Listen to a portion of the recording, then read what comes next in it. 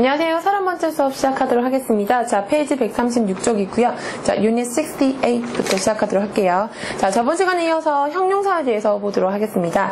자, 형용사에는 등급 형용사와 무등급 형용사가 있다고 했는데요. 좀 애매한 말이긴 해요. 그렇죠?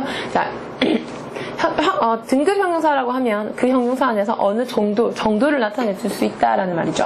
자, 하지만 무등급 형용사는 그 자체의 뜻으로는 어느 정도인지, 아주 그런지, 조금 그런지, 중간 정도 그런지 어떤 등급을 매길 수 없는 것을 무등급 형용사다라고 얘기를 할 수가 있습니다. 자, A에, 자, 일부 형용사는 등급과 무등급의 두 의미를 모두 갖는다. 자, 우리가 앞 페이지에서는요, 무등급 형용사와 등급 형용사를 나눴어요. 하지만 한 형용사가요, 등급과 무등급의 뜻을 따로따로 두 개 다 가질 수가 있다는 겁니다. 그래서 그냥 형용사가 여러 가지 뜻을 가지고 있다 정도로 아셔도 될 것 같습니다. 자, 1번은 첫 번째 문장 보시면요. Smith is a very common name이라고 돼 있어요. 자, common이라고 하면 우리가 무슨 뜻이죠? 생각나는 것이 일단 공통의라는 뜻도 있고 또는 그죠, 뭐 흔한, 평범한 이런 뜻도 있습니다. 두 가지 뜻이 있죠. 그러면 흔한이라고 하면은 어느 정도 흔한지, 아주 흔한지, 조금 흔한지, 거의 흔하지 않는지 이런 등급을 매길 수가 있겠죠. 그래서 등급을 가지는 그런 뜻, 등급 형용사로도 쓸 수가 있습니다. 그래서 Smith is a very common name이라고 하면 여기서는 흔한 이름입니다. 그래서 앞에 very라고 했으니까 매우 흔한 이름입니다. 그래서 very라는 단어를 붙일 수가 있다는 거죠. 하지만 무등급 형용사에는 very라는 부사를 붙일 수가 없겠죠. 그렇죠? 매우라는 의미가 들어가면 어색해져 버리는 겁니다. 두 번째, we have a lot of common interests라고 되어 있는데요. 여기서는 공통의 관심사가 되겠죠. 공통이라는 것은 매우 공통이고 조금 공통이고 이런 말이 없어요. 그래서 very common 이라는 말이 들어가면 어색한 것이 됩니다. 그래서 very common 이라는 말이 이루어지지 않기 때문에요. 이때는 이것을 무등급 형용사다라고 얘기를 할 수가 있는 겁니다. 그래서 형용사가 여러 가지 뜻을 가지고 있다는 거죠. 밑에 하나 더 보도록 할게요. 자, old라는 단어를 보시면요. 일단 먼저 생각나는 뜻이 뭐죠? 오래된 이라는 뜻입니다. 그럼 오래됐으면 얼마나 오래됐는지, 아주 오래됐는지, 조금 오래됐는지, 그렇게 오래되지 않았는지 등급을 매길 수가 있어요. 그래서 very old란 말이 어색하지 않아요.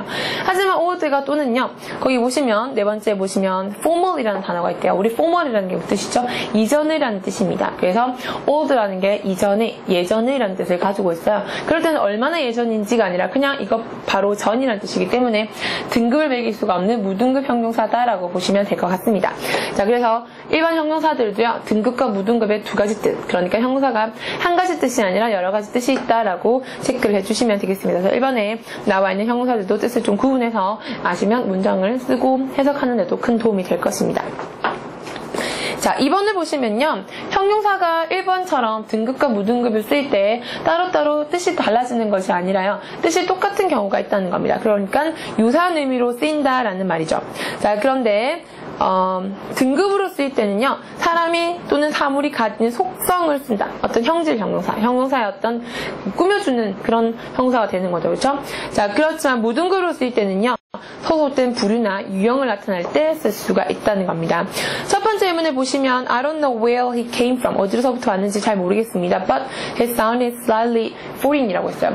약간 좀 외국인인 것 같아요. 자, 이런 습성이 뭐 완전히 외국인이 아니라 완전히 이런 어떤 등급을 나눌 수가 있다는 거죠. 우리나라 같은 사람 같기도 하고 약간 외국인인 것 같기도 하고. 그래서 foreign이라고 하면 외국인의라는 뜻이 되겠죠. 그래서 여기서는 foreign이 두 번째 줄에 foreign인데 이때도 외국, 다른 나라라는 뜻을 가지고 있긴 하지만요. 뜻은 똑같아요. 하지만 위에는 어떤 사람의 성격이나 성질, 그런 것을 나타내는 거고요. 가진 속성을 나타내지만 밑에 거는 어떤 부류, 어떤 유형인지 나타낸다는 겁니다. 그래서 밑에 거는 She is now advising on the government's foreign policy. foreign policy라고 하면요, policy를 꾸며주는 거죠. 어떤 유형에 속하는 정책, 외교 정책이라고 하는 거죠. 그래서 이때 foreign은 비슷한 뜻이긴 하지만, 그쵸, 이때는 등급을 매길 수가 없는 무등급 형용사다라고 보시면 되겠습니다. 자, 밑에 것들도 등급과 무등급 뜻이 비슷하지만 어떤 사람의 형질이나 어떤 사람의 성질을 나타내는 형질 형용사인지 아니면 어떤 부류, 어떤 유형인지를 나타내는 종류를 나타내는 형용사인지, 자, 그거를 구분해서 구분해 주시면 되겠습니다. 자, 3번을 보시면요. 국가 이름의 형용사가 무등급으로 사용하면, 자, 국가 이름이라면 코리아의 형용사는 Korean이고, 이탈리아의 형용사는 Italian이고, 그쵸? 프랑스의 형용사는 French입니다. 이런 국가 이름의 형용사가요, 무등급으로 사용되면 사람, 사물이 어느 나라 출신임을, 뭐 이탈리아인을, 뭐 이런 뜻이 되는 거죠, 그쵸? 그렇지만 등급으로 사용되면요, 그 국가의 특성, 뭐 한국 사람 같은, 그쵸? 뭐 미국 사람 같은, 하지만 아주 미국 사람 같은 사람이 있고, 어느 정도 미국의 성향을 가지고 있는 사람이 있고, 그쵸? 정도를 나눌 수가 있다는 거죠. 첫 번째는 Italian bread라면 이탈리아의 빵 이런 뜻이죠. 그쵸? 이탈리아에서 온 이런 뜻이 될 겁니다. 밑에는 But he's still very